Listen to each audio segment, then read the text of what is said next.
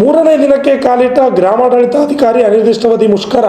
ವಿವಿಧ ಬೇಡಿಕೆಗಳಿಗೆ ಆಗ್ರಹಿಸಿ ಗ್ರಾಮಾಡಳಿತಾಧಿಕಾರಿಯವರು ಪ್ರತಿಭಟನೆಯನ್ನು ನಡೆಸಿದ್ದಾರೆ. ಕರ್ತವ್ಯಕ್ಕೆ ರಜೆ ಹಾಕಿ ಪ್ರತಿಭಟನೆ ಮಾಡಿದ್ದು ತಲಾಟಿಗಳು. ಬೆಳಗಾವಿ ಜಿಲ್ಲೆಯ ರಾಯಬಾಗ ಪಟ್ಟಣದ ತಹಸೀಲ್ದಾರ್ ಕಚೇರಿ ಆವರಣದಲ್ಲಿದ್ದು ಪ್ರತಿಭಟನೆಯನ್ನು ನಡೆಸಿದ್ದಾರೆ. ಪೀಠೋಪಕರಣ, ಅಂತರ್ಜಿಲ್ಲಾ ವರ್ಗಾವಣೆ ಸೇರಿದಂತೆ ಹಲವು ಬೇಡಿಕೆಗಳಿಗೆ ಆಗ್ರಹಿಸಿ ಪ್ರತಿಭಟನೆ ಮಾಡುತ್ತಿದ್ದಾರೆ. ಎರಡನೇ ಹಂತದಲ್ಲಿ ಅನಿರ್ದಿಷ್ಟಾವಧಿ ಮುಷ್ಕರ ನಡೆಸುತ್ತಿರುವ ಗ್ರಾಮಾಡಳಿತಾಧಿಕಾರಿಗಳು ಸುಸಜ್ಜಿತವಾದ ಕಟ್ಟಡ ನಿರ್ಮಿಸುವಂತೆ ಆಗ್ರಹಿಸಿ ಪ್ರತಿಭಟನೆ ಮಾಡುತ್ತಿದ್ದಾರೆ. ಕೆಲಸದ ಹೊರ ಕಡಿಮೆಗೊಳಿಸುವಂತೆ ಆಗ್ರಹಿಸಿ ಪ್ರತಿಭಟನೆ ಮಾಡಿದ್ದಾರೆ.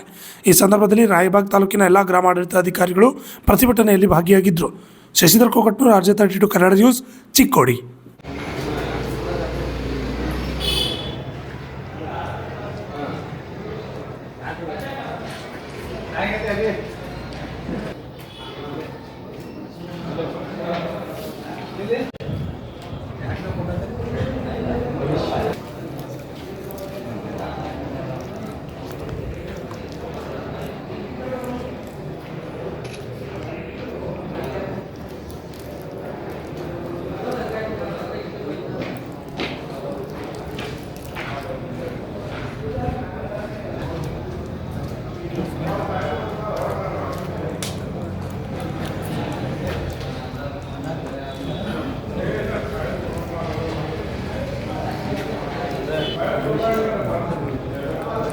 ನಾವು ಗ್ರಾಮ ಆಡಳಿತಾಧಿಕಾರಿಗಳ ನಾವು ಸಂಘದ ವತಿಯಿಂದ ಮೊದಲ ಹಂತದ ಮುಷ್ಕರ 26/10/2024ರಿಂದ 26/9/2024ರಿಂದ 3/10/2024 ತನಕ ನಾವು ಮೊದಲ ಹಂತದ ಮುಷ್ಕರ ಹಮ್ಮಿಕೊಂಡಿದ್ದೀವಿ.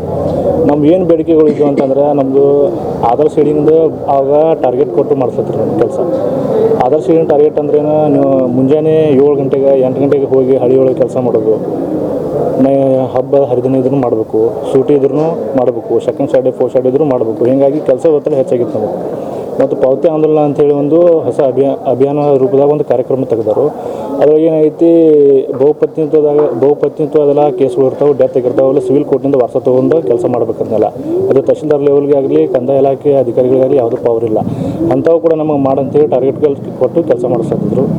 ಅದೆಲ್ಲ ನಾವು ಬೇಡಿಕೆಗಳು ಈಡೇರಿಸೋ ಸಂಬಂಧ ನಾವೇನು ಮಾಡ್ತಿದ್ವಿ, ಫಸ್ಟ್ ಹಂತದಾಗ ಒಂದು ಮುಷ್ಕರ ಮಾಡಿದ್ವಿ. ಅದಾಗ ಏನು ಮಾಡಿದ್ರು, ಪ್ರಧಾನ ಕಾರ್ಯದರ್ಶಿಗಳು ಕಂದಾಯ ಇಲಾಖೆ ಬೆಂಗಳೂರಿವರು ನಮ್ಮೆಲ್ಲರಿಗೂ ಕರೆದು ಮೀಟಿಂಗ್ ಮಾಡಿದರು. ಮೀಟಿಂಗ್ ಮಾಡಿ 7-8 ಬೇಡಿಕೆಗಳು ಮಾತ್ರ ಈಡೇರಿಸಿ ಉಳ್ಕಿದೆಲ್ಲ ನಾವು 3 ತಿಂಗಳು ಟೈಮ್ ಕೊಟ್ಟರು ನಮಗೆ. ಹಂತವಾಗಿ ನಾವು ಸಭೆ ಮಾಡಿಸಿ ಅದನ್ನು ನಾವು ಕ್ಲಿಯರ್ ಮಾಡಿಕೊಡ್ತೀವಿ ನಮಗೆ ಅಂತಂದ್ರು. ಬಟ್ 3 ತಿಂಗಳಿಗೆ ಕಳೆದ್ರೂ ಕೂಡ ನಮ್ಮ ಕಡೆಗೆ ಮೊದಲು ಕೆಲಸದ ಒತ್ತಡ ಇತ್ತಲ್ಲ, ಅದಕ್ಕಿಂತ ಹೆಚ್ಚಿಗೆ ನಮ್ಮ ಕೆಲಸದ ಒತ್ತಡ ಹೆಚ್ಚಾಯ್ತು. ಕರೆ ಕೆಲಸದ ಒತ್ತಡ ಏನು ಕಡಿಮೆ ಆಗಲಿಲ್ಲ. ಅದಕ್ಕಾಗಿ ನಾವು 3 ತಿಂಗಳು ಟೈಮ್ ಕೊಟ್ಟರು. ನಮ್ಮ ಬೇಡಿಕೆಗೆ ಅವರು ಸರಿಯಾಗಿ ಸ್ಪಂದನೆ ಕೊಡಲಿಲ್ಲ ಅಂಥೇಳಿ ಎರಡನೇ ಹಂತದ ಮುಷ್ಕರ ನಾವೀಗ 3 ದಿನಕ್ಕೆ ಕಾಲಿಟ್ಟಿವಿ. ನಾವು ಇವಾಗ ನಮ್ಮದು 17ಕ್ಕಿಂತ ಹೆಚ್ಚಿಗೆ ಮೊಬೈಲ್ ಆ್ಯಪ್ಗಳನ್ನು ಕೊಟ್ಟರು. ಆ 17ಕ್ಕಿಂತ ಹೆಚ್ಚಿಗೆ ಮೊಬೈಲ್ ಆ್ಯಪ್ಗಳನ್ನು ಮಾಡ್ಬೇಕಂದ್ರೆ ಒಂದು ತಾಂತ್ರಿಕ ಹುದ್ದೆ ಅಂತ ಇರ್ತೈತೆ.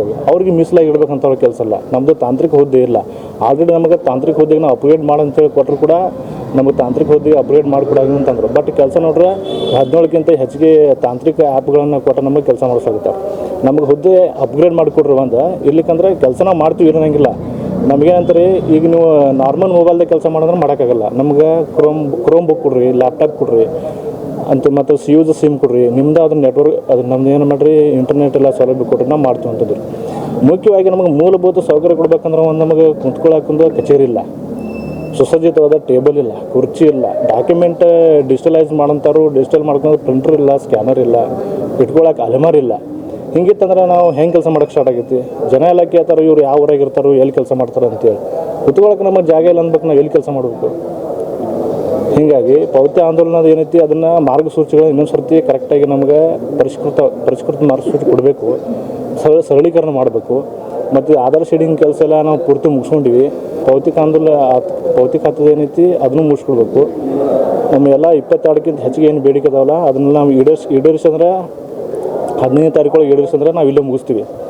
ಇಲ್ಲಾಂದ್ರೆ ನಾವು ಫ್ರೀಡಮ್ ಪಾರ್ಕಿಗೆ ಹೋಗಿ ನಾವು ಅಲ್ಲಿ ಮತ್ತೆ ಎಲ್ಲರೂ ರಾಜ್ಯ ಸಂಘದಿಂದ ನಾವು ಸ್ಟ್ರೈಕ್ ಮಾಡಬೇಕಾಗ್ತದೆ. ತಮ್ಮ ಹೆಸರು? ಮಲಿಕ್ ಜಾನ್ ಕೋರ್ಬೋ ಅಂತೇಳಿ.